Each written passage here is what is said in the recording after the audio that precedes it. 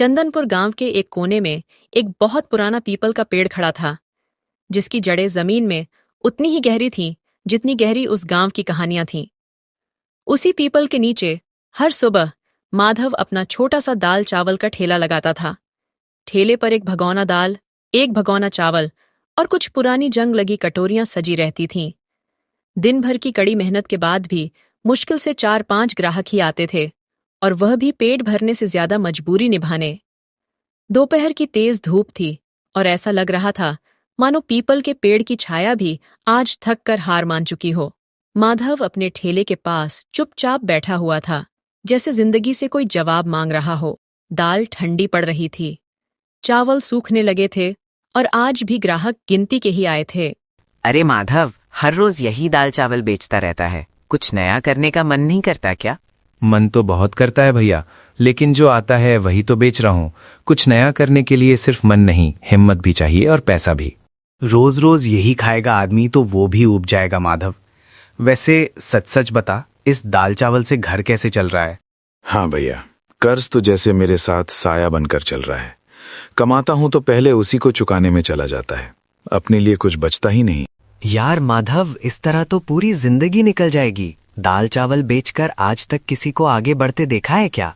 कुछ अलग सोच दोस्त, वरना ये चक्कर कभी नहीं टूटेगा। ग्राहक की हर बात माधव के दिल में एक एक करके तीर की तरह चुभ रही थी।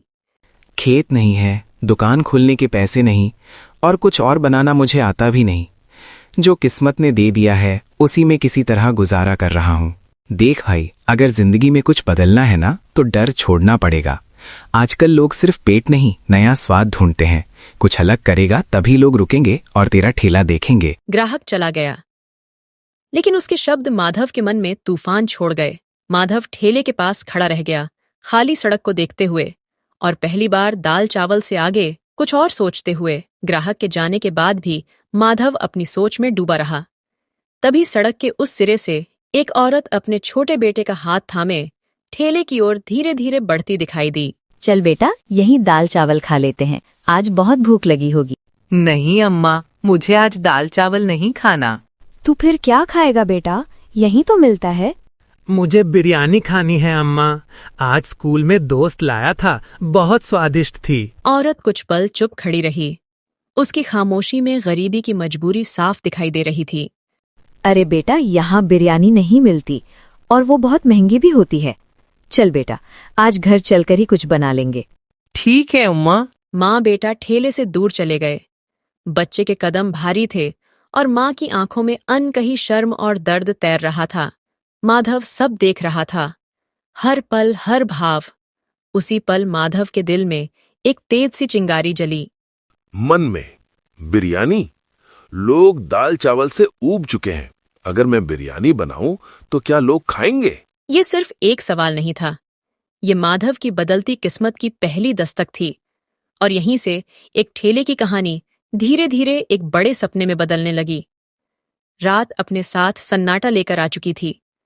दिन भर की थकान शरीर में भरी हुई थी, लेकिन माधव की आंखों में नींद नहीं थी। सिर्फ सवाल ही सवाल थे। कच्चे घर के एक कोने में छोटी सी लालटेन जल रही थी। रसोई से दाल उबलने की हल्की हल्की आवाज आ रही थी। आवे। माधव जमीन पर बैठ गया। कुछ पल चुप रहा, जैसे शब्दों को एक एक करके जोड़ रहा हो। राधा, आज ठेले पर एक अजीब सी बात हुई। राधा ने चूल्हे की आंच थोड़ी धीमी कर दी। वो समझ गई थी कि यह बात साधारण नहीं है। एक बच्चा था, अपनी माँ से बिरयानी मांग रहा था। बिरयानी? हाँ, वही बिरयानी जो हम सिर्फ त्योहारों में दूसरों के घर से महक में सूंघते हैं। राधा कुछ नहीं बोली। उसकी चुप्पी में डर भी था और उम्मीद भी। राधा, अगर मैं ठेले पर दाल चावल छोड़कर मटन बिरयानी बेचूं तो? बिरयानी? इतना बड़ा फैसला अचानक? डर तो मुझे भी लग रहा है, लेकिन अगर यूं ही दाल चावल बेचता रहा तो जिंदगी भी यहीं अटक कर रह जाएगी। लेकिन माधव, बिरयानी बनाएगा कौन? मुझे तो दाल चावल के अलावा कुछ खास आता भी नहीं। करीम को आती है, वही करीम जो शहर के होटल में काम करता है, मैं उससे सीख लूंगा। और अगर नहीं बिकी तो? मटन महंगा होता है माधव, नुकसान हुआ तो क्या करेंगे? राधा के सवालों में डर साफ झलक रहा था, लेकिन भरोसा भी उतना ही गहरा था। सच कहूं, डर तो मुझे भी लगता है, लेकिन आज आपकी आंखों में जो भरोसा दिख रहा है वो पहले कभी नहीं देखा।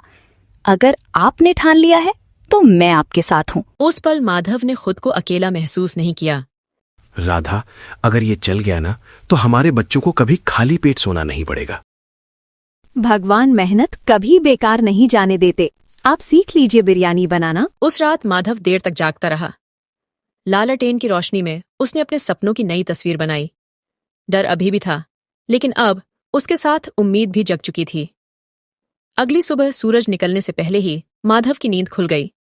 पूरी रात आंखों में सिर्फ एक ही सपना था, कुछ बदलने का। चंदनपुर की पगडंडी पर हल्की धुंध छाई थी, लेकिन आज माधव के कदमों में थकान नहीं थी, सिर्फ उम्मीद थी। कुछ देर बाद वो करीम के छोटे से घर के सामने खड़ा था, दिल में डर नहीं उम्मीद लिए। करीम भाई, मैं हूँ माधव।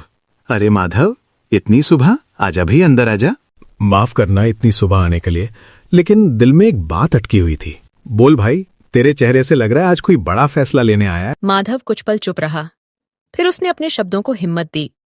करीम भाई, मेरी हालत तो जानता ही है। दाल चावल बेच बेच कर जिंदगी बस किसी तरह चल रही है। कर्ज बढ़ता जा रहा है और आगे का रास्ता धुंधला दिख रहा है। हाँ भाई, तेरा संघर्ष मैंने देखा है। बोल, क्या मदद चाहिए? माधव ने गहरी सांस ली। मुझे मटन बिरयानी बनाना सीखनी है। मटन बिरयानी? अरे बस इतनी सी बात। मुझे लगा कोई बहुत बड़ी परेशानी होगी। बिरयानी सीखनी है तो सीख लेगा माधव, लेकिन एक बात याद रखना, ये सिर्फ खाना नहीं है, ये सब्र का काम है। सब्र तो है भाई, बस सही रास्ता चाहिए। बिल्कुल। फिर चावल उबालना, तेज पत्ता, इलायची और थोड़ा सा नींबू। सबसे जरूरी है दम, धीमी आंच और पूरा सब्र। माधव हर बात दिल में उतार रहा था। करीम भाई, अगर ये सीख गया ना तो मेरी जिंदगी बदल जाएगी। जिंदगी बदलने की ताकत तेरे अंदर पहले से है, मैं तो बस रास्ता दिखा रहा हूँ। उस सुबह माधव सिर्फ एक रेसिपी नहीं सीख रहा था, वो अपनी तकदीर पकाना सीख रहा था।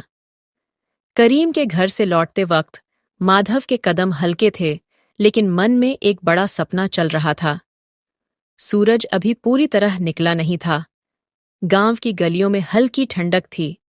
आज गलती की कोई गुंजाइश नहीं थी। राधा, आज सब कुछ दिल से करना है। दही, लाल मिर्च, हल्दी, हरी धनिया, पुदीना, एक एक चीज माधव को करीम की बातें याद दिला रही थीं। मटन मसालों में अच्छी तरह लिपट चुका था। अब बारी थी चावल की। नींबू डाल दूं? हाँ, थोड़ा सा ही, खुशबू के लिए। जैसे ही चावल उबलने लगे, घर में एक अलग ही महक फैल गई। यह सिर्फ बिरयानी की खुशबू नहीं थी, ये उम्मीद की खुशबू थी। अगर ये चली ना राधा तो सब कुछ बदल जाएगा। चलेगी, मेहनत कभी खाली नहीं जाती। अब मटन चूल्हे पर था, धीमी आंच बिल्कुल वैसी जैसी सिखाया गया था।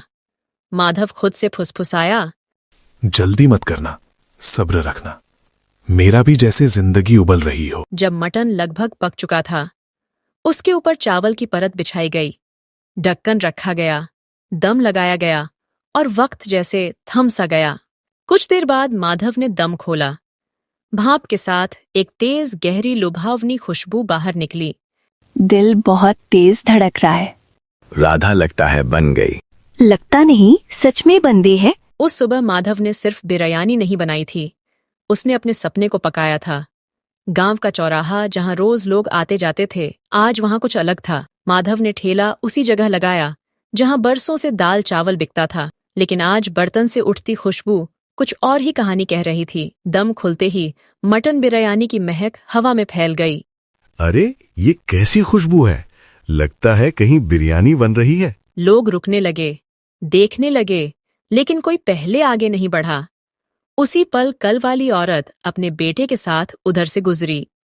अम्मा देखो, यहाँ मटन बिरयानी है। अरे सच में? कल तो यहाँ दाल चावल था। माधव का दिल तेज तेज धड़कने लगा। हाँ दीदी, आज स्पेशल मटन बिरयानी। सच बताओ, अच्छी रहे ना? एक बार खा कर देखिए, अगर पसंद ना आए तो पैसे मत देना। ठीक है, एक प्लेट लगा दो। आवाज कांप रही थी, लेकिन आंखों में पूरा भरोसा था। पहला निवाला पड़ा और चेहरे बदल गए। अरे बाप रे, ये तो कमाल है। अम्मा, ये तो स्कूल वाली से भी ज्यादा अच्छी है। अरे माधव, आज तो तेरा ठेला बिरयानी होटल बन गया। वाह, मटन तो मुंह में घुल रहा है। माधव स्वयं से लगता है भगवान ने मेहनत देख ली। अब ठेले के आगे लोगों की लाइन लग गई थी। शाम तक हांडी खाली हो चुकी थी, लेकिन माधव का दिल भर चुका था।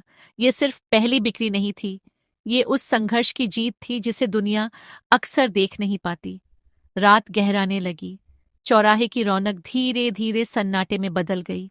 माधव ने खाली बर्तन देखे और पहली बार दिल से मुस्कुराया। आज थकान भी मीठी लग रही थी। ठेला समेटकर वो धीरे धीरे घर की ओर चल पड़ा। रास्ते भर कदम भारी नहीं थे, दिल भारी था खुशी से। राधा ने पैसे देखे तो उसकी आंखें भर आईं। इतनी कमाई? अब कर्ज उतरेगा, अब बच्चों की फीस रुकेगी नहीं, अब हम भी चैन से सांस लेंगे। भगवान ने आपकी मेहनत देख ली। उस रात उस छोटे से घर में अमीरी नहीं आई थी, लेकिन उम्मीद हमेशा के लिए बस गई थी। अगली सुबह चंदनपुर कुछ अलग सा लग रहा था, जैसे हवा में भी अब तक मटन बिरयानी की महक तैर रही हो। माधव ठेला लेकर चौराहे पर पहुंचा तो उसकी आंखें हैरानी से फैल गईं। ठेले के सामने पहले से ही लोगों की लाइन लगी थी। इतनी सुबह और ये सब लोग? भैया आज जल्दी आ गए, कल वाली बिरयानी मिलेगी ना? आज तो काम पर देर हो जाऊंगा, पहले बिरयानी खाऊंगा। उसी भीड़ में एक जाना पहचाना चेहरा आगे बढ़ा। अरे माधव, लगता है अब मुझे भी लाइन में लगना पड़ेगा।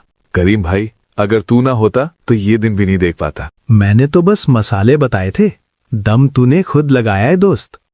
अब से तू दाल चावल वाला नहीं, बिरयानी वाला माधव है। कभी सोचा नहीं था लोग मेरे नाम से मुझे बुलाएंगे, इतना प्यार देंगे। आप सबका दिल से शुक्रिया।